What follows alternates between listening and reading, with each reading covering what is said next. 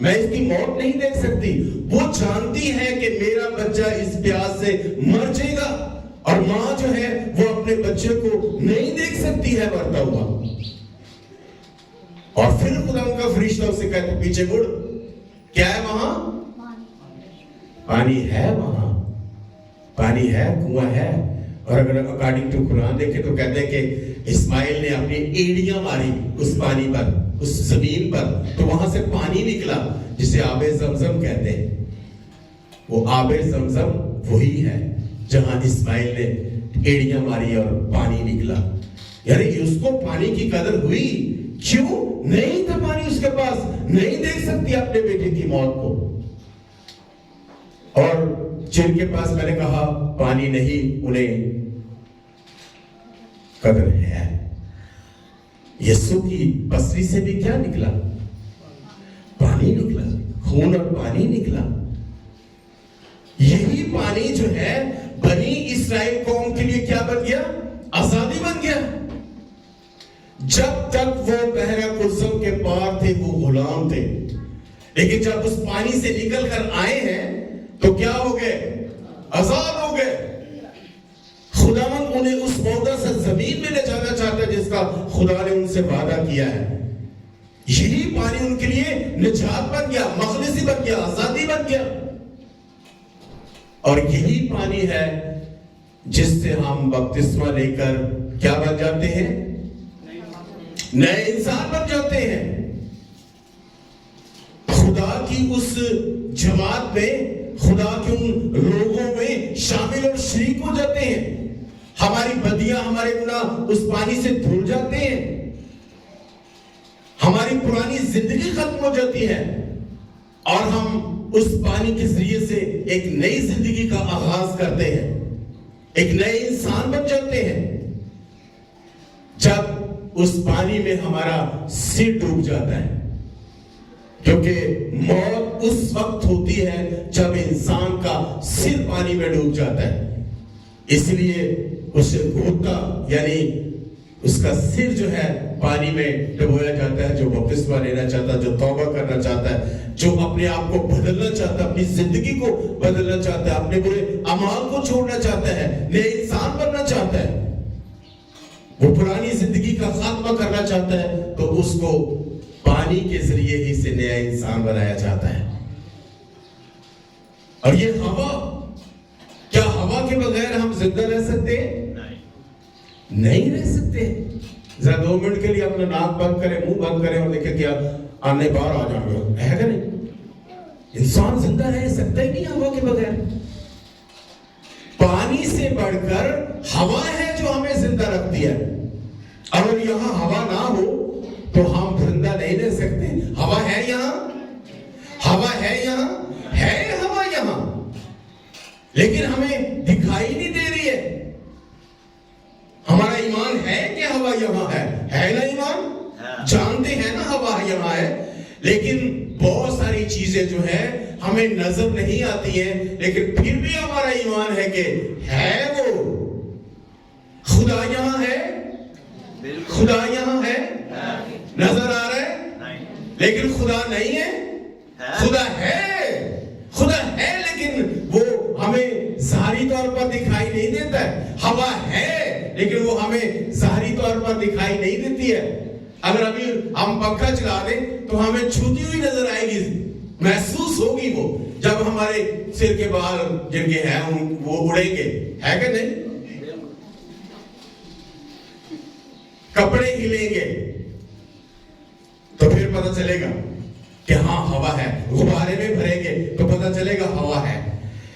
ہوا تو ہے لیکن ظاہری طور پر وہ دکھائی نہیں دیتی. ہمیں ایمان کی روح سے اسے پرکھنا پڑتا ہے کہ ہوا ہے. یہ ہمارا ایمان ہے کہ ہوا ہے. اسی طرح سے پانی ہے, ہوا ہے, تو انسان کی زندگی ہے. اگر یہ نہیں تو زندگی کا وجود بھی نہیں.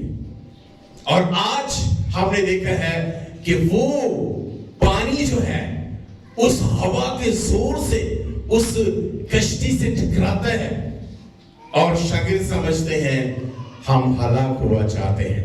اور خدا یسوع سے کہتے ہیں کیا تجھے فکر نہیں کہ ہم ہلاک ہوا چاہتے ہیں اور تو سو رہا ہے؟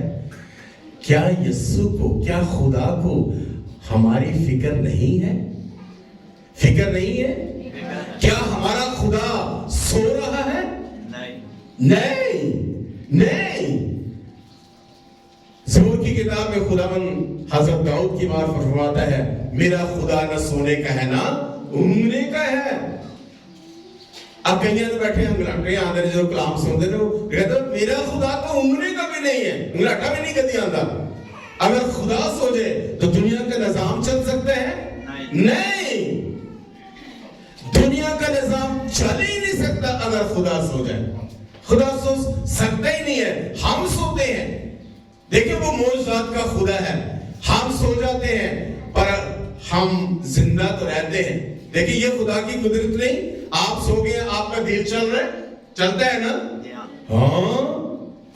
اگر خدا سو جائے تو دل بند، تو پھر ہم بھی بند. خدا نہیں سوتا ہے، خدا تو جاگتا ہے. میرے لیے اور آپ کے لیے وہ کبھی سو سکتا ہی نہیں. اس کو ہماری فکر ہے. شاگردوں کی یہ سوچ ہے. شاگرد اس طرح سے سوچ رہے ہیں کیا تجھے فکر نہیں کہ ہم ہلاک ہوا چاہتے ہیں اور تو سو رہے ہیں؟ اور جب انہوں نے یہ دیکھا کہ ہوا اور پانی تھم گئے ہیں تب پوچھتے ہیں یہ کون ہے؟ یہ کون ہے؟ ابھی تک پہچان نہیں ہے. سو عزیزو، اس زمین پر رہتے ہوئے ہماری زندگی بھی اس کشتی کی طرح ہے. ہماری زندگی کی کشتی سے بھی بہت سے طوفان ٹکراتے ہیں. ٹکراتے ہیں کہ نہیں ٹکراتے؟ بہت سارے طوفان ٹکراتے ہیں. جو کہتا ہے میری زندگی کی کشتی سے کبھی طوفان نہیں ٹکرایا تو وہ سچ نہیں کہتا ہے. بہت سے طوفان ہماری زندگی کی کشتی سے ٹکراتے ہیں. مثلا کبھی مہنگائی کا طوفان، کبھی بیماری کا طوفان، کبھی بے روزگاری کا طوفان، کبھی رشتہ داروں کی طرف سے طوفان آ جاتے ہیں، کبھی اپنی اولاد کی طرف سے زندگی میں ایسے طوفان آ جاتے ہیں جب اولاد جو ہے وہ نافرمان نکل آئے تو پھر بھی زندگی کی کشتی جو ہے وہ ڈاواڈول ہو جاتی ہے. اس سے بھی ایسا ہی لگتا ہے جیسے ایک بہت بڑا طوفان میری زندگی میں آ گیا جب اولاد انسان سے، باپ سے، ماں سے بدتمیزی کرتی ہے. تو کیتا کی ساڈے واسطے آج تک نہیں. جب ماں کہنی میں تینوں پالے ہے تو نہ پال دی نہیں، کسان کیتا ہی میرے سر تے. مطلب ایسی اولاد بھی ہے. اور جب اولاد ایسے جواب دے ماں کو، باپ کو، تو یہ کیا ہے؟ تو بہت بڑا طوفان ہے انسان کی زندگی میں. اور انسان اتنا پریشان ہو جاتا ہے کہ کیا ہو گیا میری زندگی میں. جب انسان کے ساتھ ایسے واقعات ہوتے ہیں، جب بے روزگاری آ جاتی، گھر کے اخراجات پورے ہونے مشکل ہو جاتے ہیں مہنگائی کے سبب سے، ایسی کشتی ڈاواڈول ہوتی ہے، ایسی کشتی ڈاواڈول ہوتی ہے کہ انسان شاگردوں سے بھی بڑھ کر پریشان ہو جاتا ہے. لیکن خدا آپ کو کبھی چھوڑتا نہیں ہے. خدا ہمیں کبھی چھوڑتا نہیں ہے. وہ ہمیشہ ہمارے ساتھ ہے.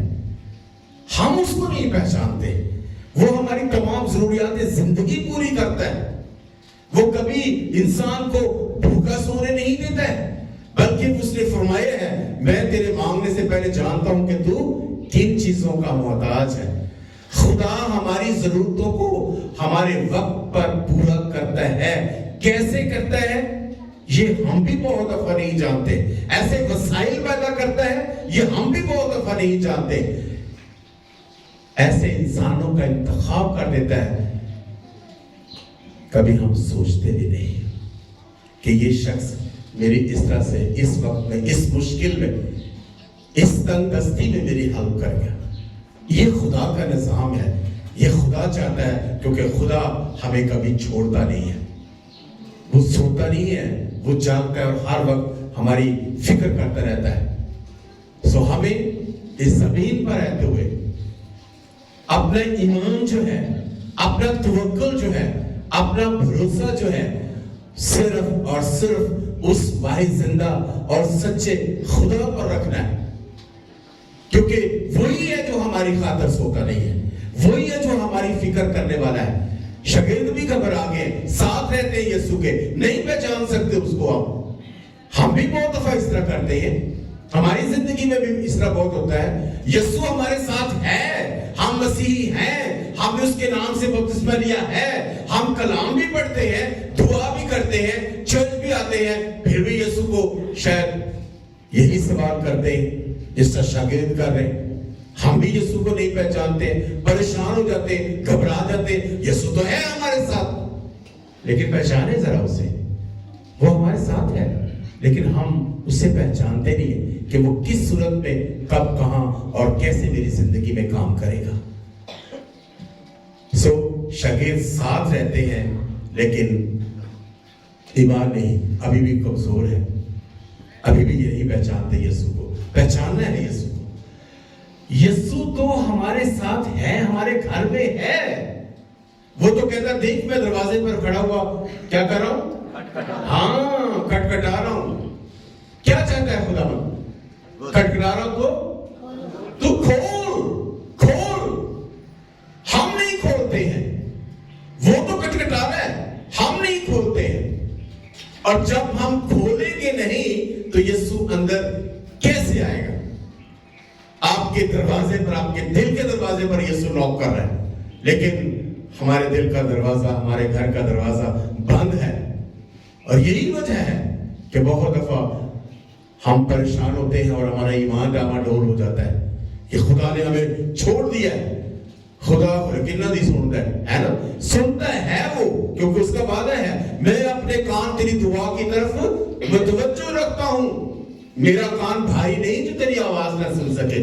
وہ تو اپنے کان ہماری دعاؤں کی طرف، ہماری التجاؤں، ہماری منتوں، ہماری مرادوں کی طرف متوجہ رکھتا ہے، لیکن ہم نہیں سنتے، اس کی نوک کو نہیں سنتے۔ اس لیے ہمیں یسوع کو پہچاننا ہوگا، دل کے دروازوں کو کھولنا ہوگا، گھر کے دروازوں کو کھولنا ہوگا، تاکہ یسوع ہمارے ساتھ آئے۔ یسوع ساتھ ہوگا، یسوع اندر آئے گا، یسوع ہمارے درمیان ہوگا، تو پھر ہی دنیا کے مسائل، یہ پریشانیاں، یہ ٹینشن جو ہیں یہ ختم ہوگی، اور زندگی میں اس ہماری زندگی کی کشتی سے ٹکرانے والے وہ طوفان جو ہے تبھی تھم سکیں گے، تبھی وہ انہیں حکم دے گا، اور وہ ساکن ہوں گے اگر یسوع ہمارے ساتھ ہے اور ہم اس کو پہچانتے ہیں اور ہم اسے اپنے دل اور اپنے گھر میں جگہ دیتے ہیں۔ یسوع آج بھی کھڑا ہے، یسوع آج بھی آپ کے دروازے پر ہے۔ آئیے اپنے دروازے کو کھولیں، دروازے کو کھولیں، دل کے دروازے کو کھولیں۔ یسوع آنا چاہتا ہے، کھول دے تو دروازہ، وہ ہے آنا چاہتا ہے، وہ آنا چاہتا ہے۔ کھولے اپنے دل کے دروازے کو تاکہ یسوع آپ کے ساتھ ہو اور آپ کی زندگی کے تمام طوفان جو ہیں ختم ہو جائیں، اور آپ مسیحیت میں ایک ایسے انسان بن جائیں، ہم ایک ایسے انسان بن جائیں جو یسوع کو پہچانتے ہیں اور یسوع کو اپنے دل میں جگہ دیتے ہیں۔ مسیح ہمارے خدا ان کے وسیلے سے آمین۔